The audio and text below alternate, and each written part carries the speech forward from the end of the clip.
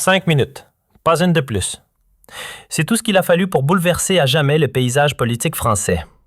François Bayrou venait tout juste de livrer son ultimatum, persuadé d'avoir piégé le jeune premier ministre comme on attrape un papillon dans un filet. Il s'attendait à assister à une capitulation en direct. Et pourtant, ce fut tout le contraire. Sébastien Lecornu s'est levé, et ses mots ont figé l'Assemblée dans une stupeur glaciale. Ce n'était pas une simple joute verbale entre hauts responsables. C'était l'instant où la France a compris à qui appartenaient désormais les rênes du pouvoir. Le piège savamment tendu par Bayrou se referma sur lui-même. Ce matin-là, les murs dorés de l'Élysée vibraient d'une tension presque théâtrale. Bayrou, vétéran adulé du jeu politique, croyait préparer un chef-d'œuvre de manœuvre. Dans sa tête, c'était clair. Il allait ridiculiser Lecornu et redorer le blason d'un pays qu'il jugeait en déroute. Ce qu'il ignorait totalement, c'est que Lecornu avait lu chaque page du scénario, avant même qu'on ne l'écrive.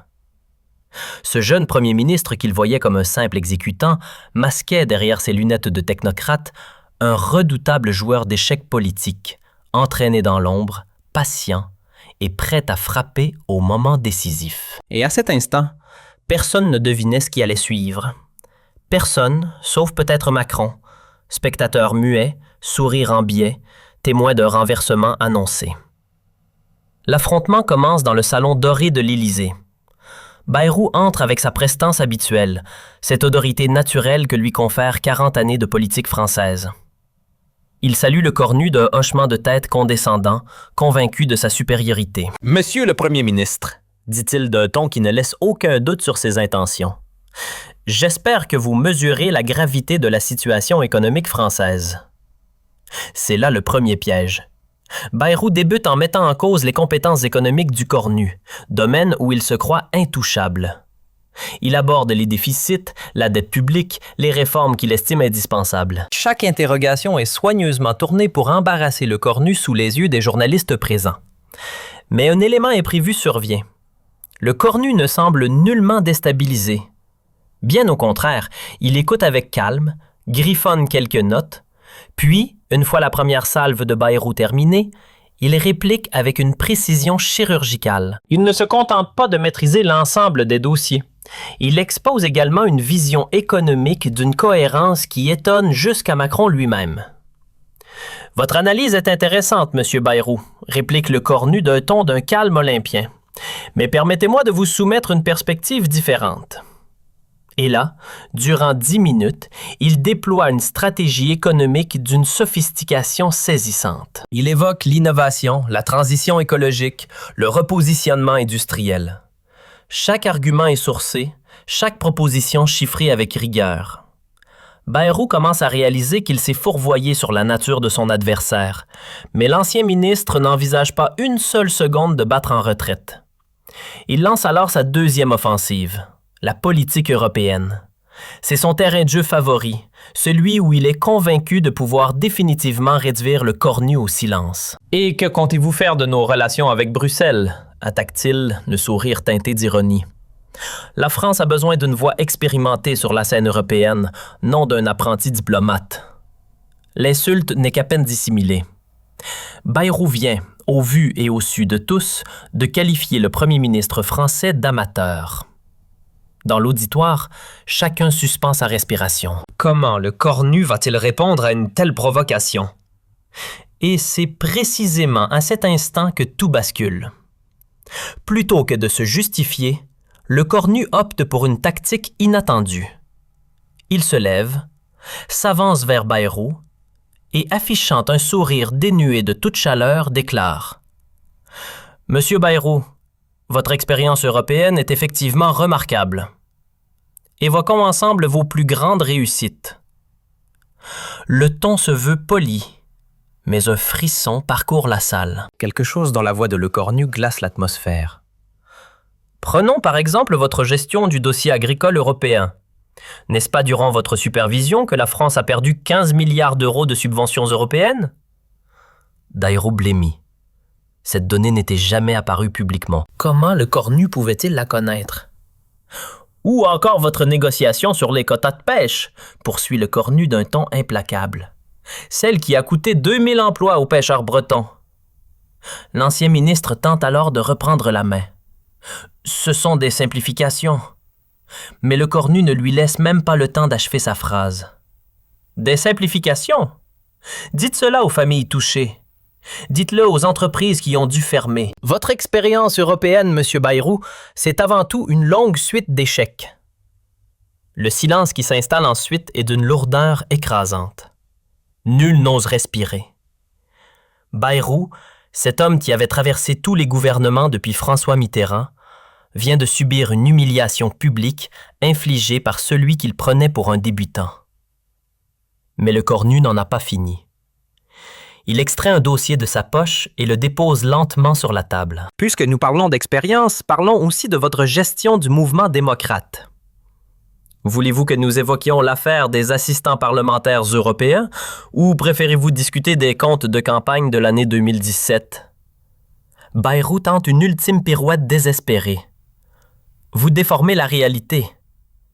Je ne fais que citer vos propres rapports, tranche le cornu en ouvrant le dossier. Voulez-vous que je lise les conclusions de l'audit interne de votre formation? Celui que vous avez tenté de soustraire à la lumière pendant 2 années? C'est le coup de grâce. Bayrou comprend qu'il vient de commettre l'erreur de sa vie. Face à lui, le cornu n'a plus rien du jeune ministre inexpérimenté qu'il croyait pouvoir manipuler.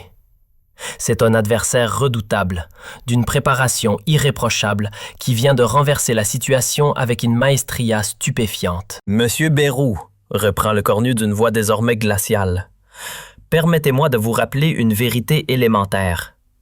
L'expérience sans résultat, cela s'appelle de l'incompétence.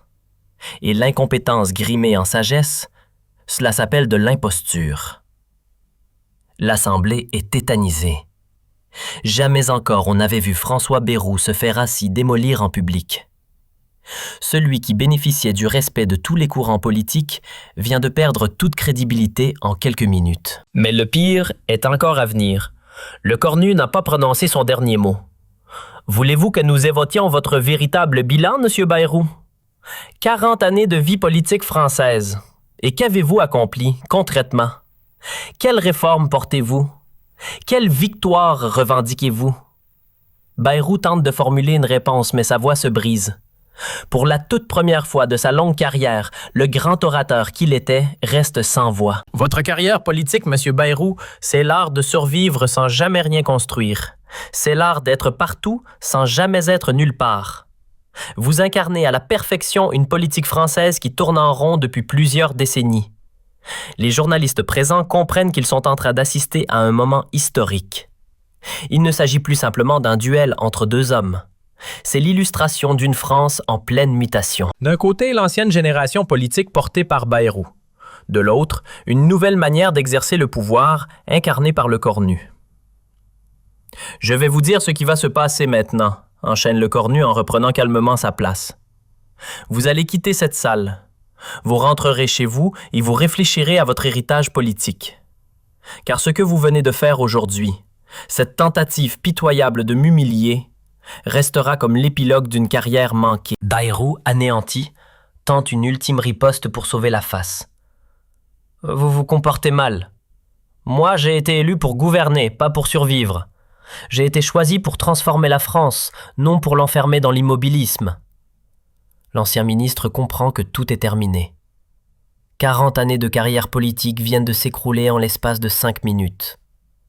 Il se lève difficilement, visiblement ébranlé par l'humiliation subie. Avant de franchir la porte, il jette un dernier regard au cornu, comme s'il prenait enfin la mesure de l'homme qu'il avait sous-estimé. Lorsque Bayrou quitte la pièce, un silence pesant s'installe. Puis, peu à peu, les murmures reviennent.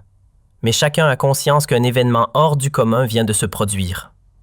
Sébastien Lecornu, en quelques minutes à peine, a prouvé qu'il n'était pas celui que ses adversaires imaginaient. Il vient de révéler une stature politique d'une toute autre envergure, capable de renverser les situations les plus périlleuses à son avantage. Emmanuel Macron, qui a assisté à la scène sans intervenir, s'approche alors de son premier ministre. « Impressionnant », dit-il simplement. « J'ignorais que vous aviez préparé un dossier aussi complet sur Bayrou. » Le cornu esquisse un sourire. Monsieur le Président, en politique, il faut toujours être prêt à tout. Bayrou a commis l'erreur de me sous-estimer. C'est une faute que mes prochains adversaires ne se permettront pas. Les jours suivants, l'affrontement entre Lecornu et Bayrou fait la une de tous les médias français. Les commentateurs politiques sont unanimes. Ils viennent d'assister à la naissance d'un nouveau leader. Bayrou, de son côté, ne s'en remettra jamais. L'homme qui avait traversé toutes les crises politiques françaises depuis 40 années vient de vivre son Waterloo politique. Sa tentative d'humilier Lecornu s'est retournée contre lui de la manière la plus spectaculaire. Dans les semaines qui suivent, plusieurs figures politiques ayant sous-estimé le nouveau premier ministre revoient leur position. Marine Le Pen annule une attaque prévue contre le gouvernement. Jean-Luc Mélenchon réajuste ses stratégies d'opposition. Tous ont saisi le message. Sébastien Lecornu n'est pas un adversaire ordinaire. François Bayrou, quant à lui, annonce quelques semaines plus tard son retrait de la vie politique active, officiellement pour des raisons personnelles.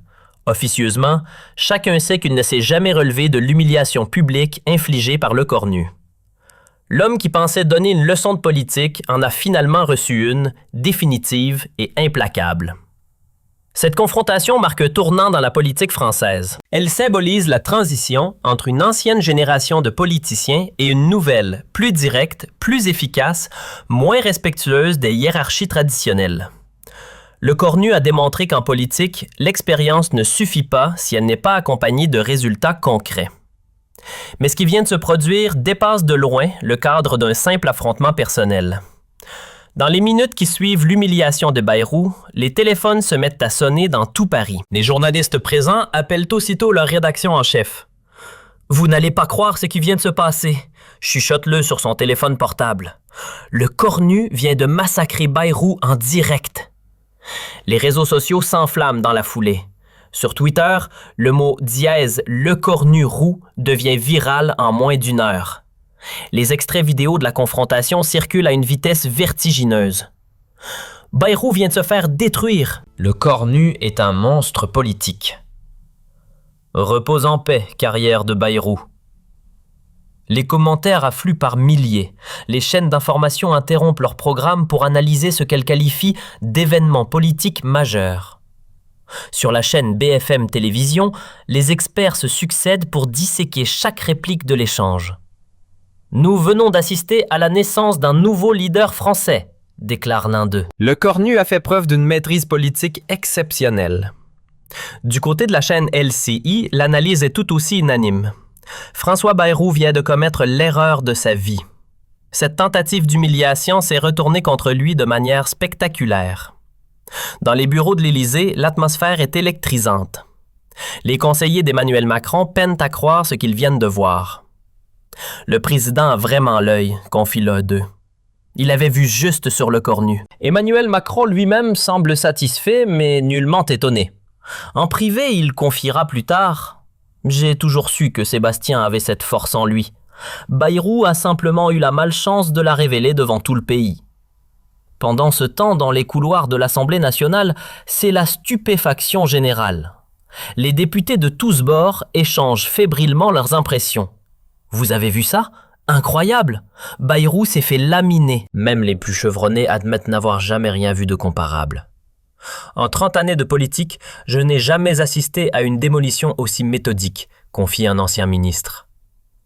Au Sénat, l'onde de choc est tout aussi puissante.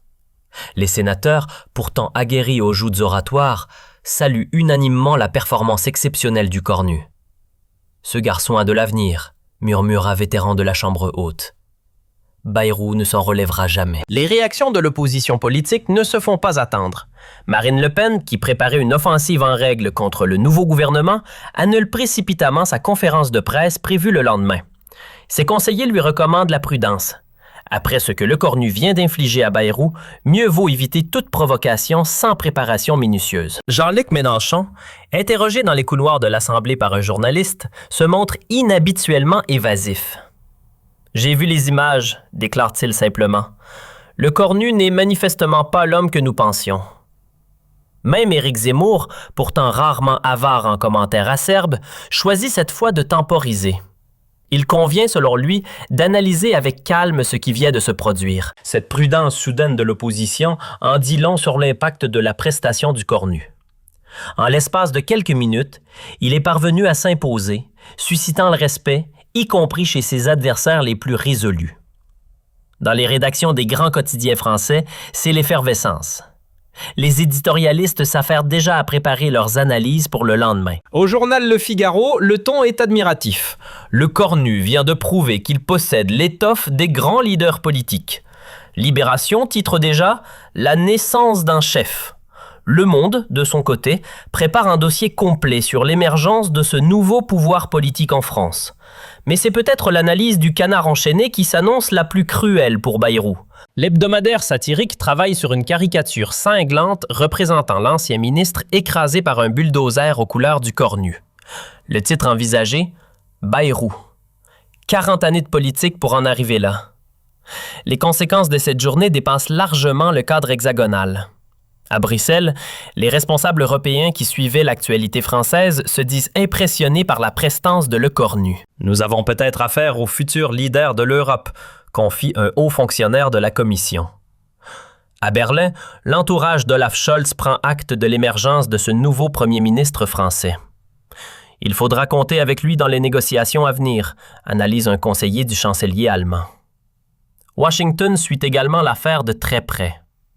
Les services de renseignement américains mettent à jour leurs fiches sur les personnalités politiques françaises. Le profil de Le Cornu passe du statut de ministre technique à celui de leader politique majeur. Pendant ce temps, François Bayrou traverse les heures les plus sombres de sa carrière. Rentré dans sa propriété de Bordère, il évite soigneusement tous les appels des journalistes. Sa famille tente de le réconforter, mais le vétéran politique mesure parfaitement l'ampleur du désastre. 40 années de carrière anéanties en 5 minutes, confie-t-il à son épouse. Je n'aurais jamais dû sous-estimer ce garçon. Son téléphone portable ne cesse de sonner. Ses anciens alliés politiques l'appellent les uns après les autres pour prendre leur distance. Au sein du mouvement démocrate, c'est la panique. Plusieurs responsables du parti réclament déjà la tenue d'un congrès extraordinaire pour faire le ménage. « François nous a tous coulés », râle-t-il entre eux. Comment voulez-vous que l'on soit crédible après cela? Les instituts de sondage ne perdent pas de temps.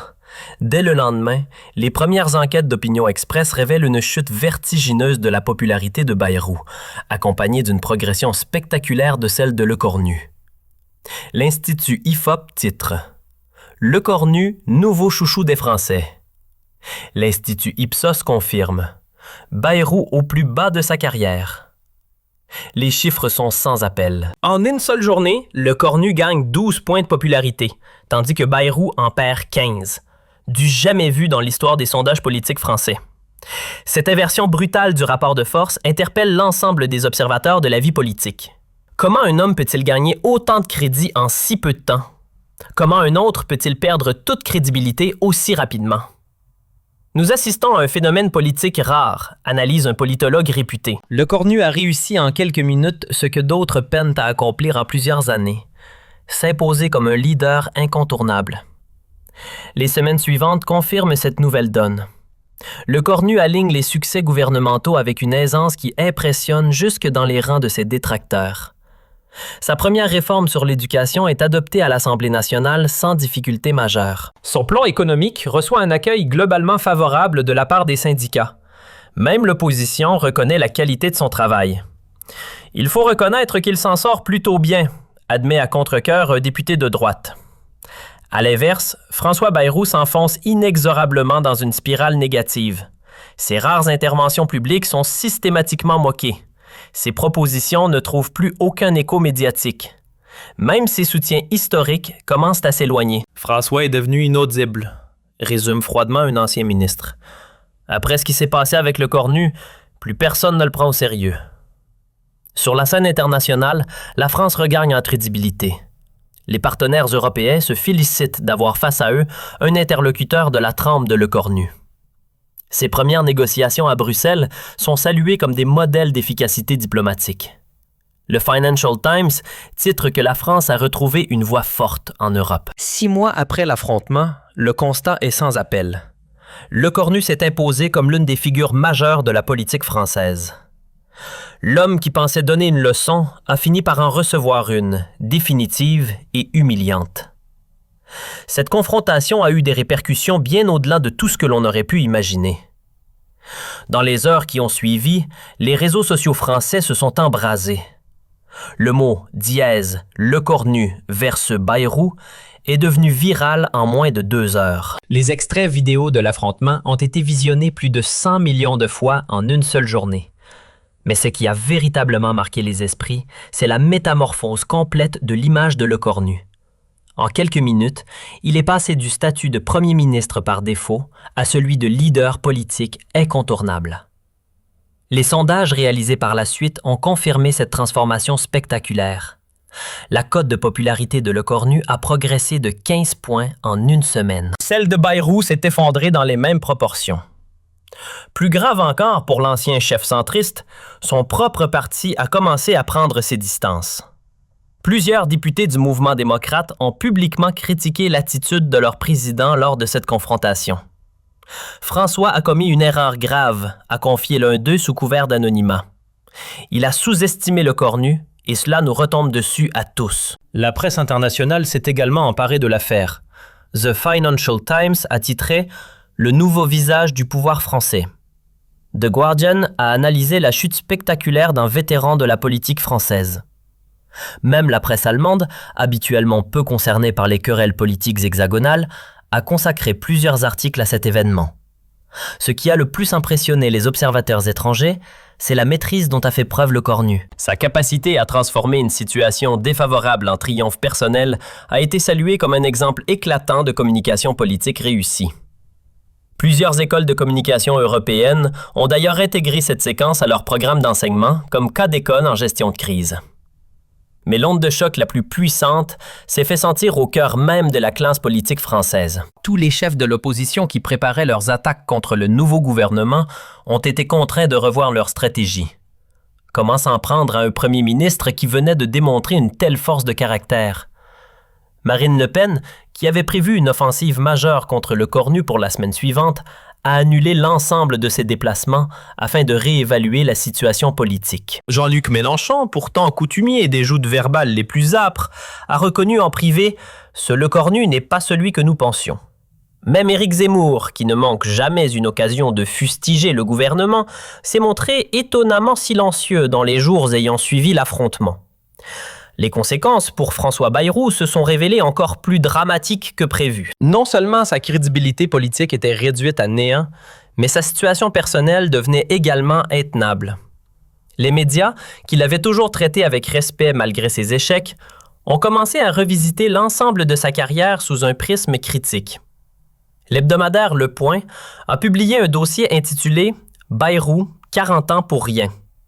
Libération a titré « La fin d'une époque ».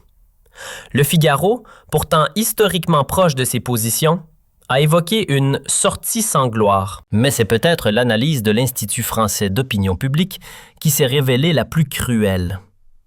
François Bayrou ou l'art de confondre longévité et légitimité. Dans son entourage proche, c'est la consternation. Son épouse, Élisabeth, qui l'avait toujours soutenu dans ses engagements politiques, lui conseille désormais de tourner la page. Ses enfants, longtemps fiers de leur père, commencent à essuyer les moqueries de leurs camarades. Papa a mal calculé son coup, confie sa fille à une amie. Il pensait impressionner Lecornu, mais c'est lui qui s'est fait ridiculiser. Les répercussions financières ne tardent pas non plus. Plusieurs entreprises qui employaient Bayrou en tant que consultant annulent leurs contrats. Les maisons d'édition qui lui proposaient de rédiger ses mémoires se rétractent. Même les chaînes de télévision qui l'invitaient régulièrement comme expert politique espacèrent leurs sollicitations. « François n'est plus rentable », explique cyniquement un producteur de télévision. Depuis l'épisode avec Lecornu, il a perdu toute crédibilité. Au sein du mouvement démocrate, c'est la guerre ouverte. Plusieurs cadres du parti réclament désormais la démission de Bayrou. « Il nous a tous coulés avec ses manières de vieux notable », s'insurge un député. Comment voulez-vous que l'on soit pris au sérieux après cela? Une motion de défiance commence même à circuler dans les instances dirigeantes du parti. Pour la toute première fois de sa carrière politique, François Bayrou se retrouve isolé au sein de sa propre formation. Pendant ce temps, Sébastien Lecornu savoure son triomphe avec une élégance remarquable. Il décline toutes les interviews proposées à ce sujet, se contentant de déclarer « Je préfère me concentrer sur mon travail de premier ministre plutôt que sur les polémiques ». Cette posture renforce encore son image de dirigeant responsable, exclusivement soucieux de l'intérêt général. Emmanuel Macron, de son côté, ne dissimule pas sa satisfaction. En privé, il confie à ses proches « J'ai toujours su que Sébastien avait l'étoffe d'un leader. Mais même moi, je n'imaginais pas qu'il se révélerait avec une telle brillance. » Le président français réalise qu'il a trouvé en Lecornu bien plus qu'un simple premier ministre, un véritable alter ego politique capable de le suppléer dans les moments les plus délicats. Les 3 mois qui suivent confirment cette nouvelle donne politique. Lecornu enchaîne les succès gouvernementaux. Sa réforme de l'éducation est adoptée sans encombre à l'Assemblée nationale. Son plan de relance économique reçoit un accueil favorable de la part des syndicats. Même ses opposants reconnaissent la qualité de son action. Il faut reconnaître qu'il s'en sort bien, admet à contre-cœur un député de droite. À l'inverse, François Bayrou s'enfonce dans une spirale négative dont il ne parvient pas à sortir. Ses prises de parole publiques, devenues rares, sont systématiquement tournées en dérision. Ses propositions politiques ne suscitent plus aucun écho. Même ses anciens alliés préfèrent désormais garder leur distance. François est devenu toxique, résume crûment un ancien ministre.